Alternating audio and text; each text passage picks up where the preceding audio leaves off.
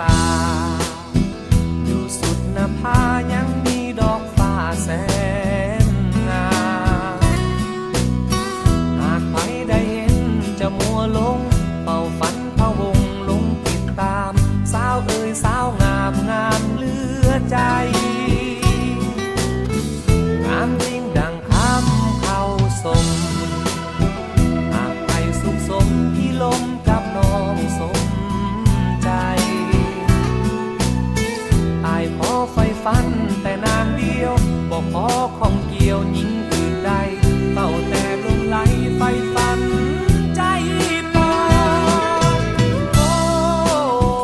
กุหลาบสวรรค์แห่งเมืองปากสันที่อายไฟฟันไม้ปองใจหวังแต่เพียงประคองกุหลาบเป็นสีดังทองเมื่อยามแสงส่องจากดวงสุรียามแรงค่ำลงน้ำสั่นผู้บริคันน้ำสั่นไหลผ่านใสดีและเห็นหมู่สาวเจ้าล่องลอยหมู่ป่าใหญ่น้อยลอยลิบทีสิ้นแสงสุรีสาดสีแสงจันทร์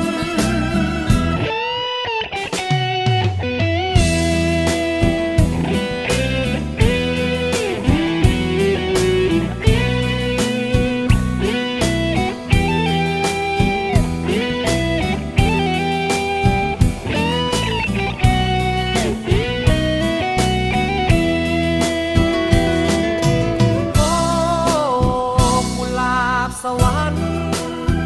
แห่งเมืองปากสันที่อายไฟฟันไม้ปองใจ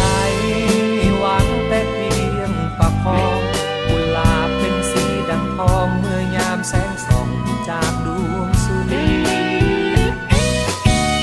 ยามแรงค่ำลงน้ำสั่นโอ้บริคันน้ำสั่นไหล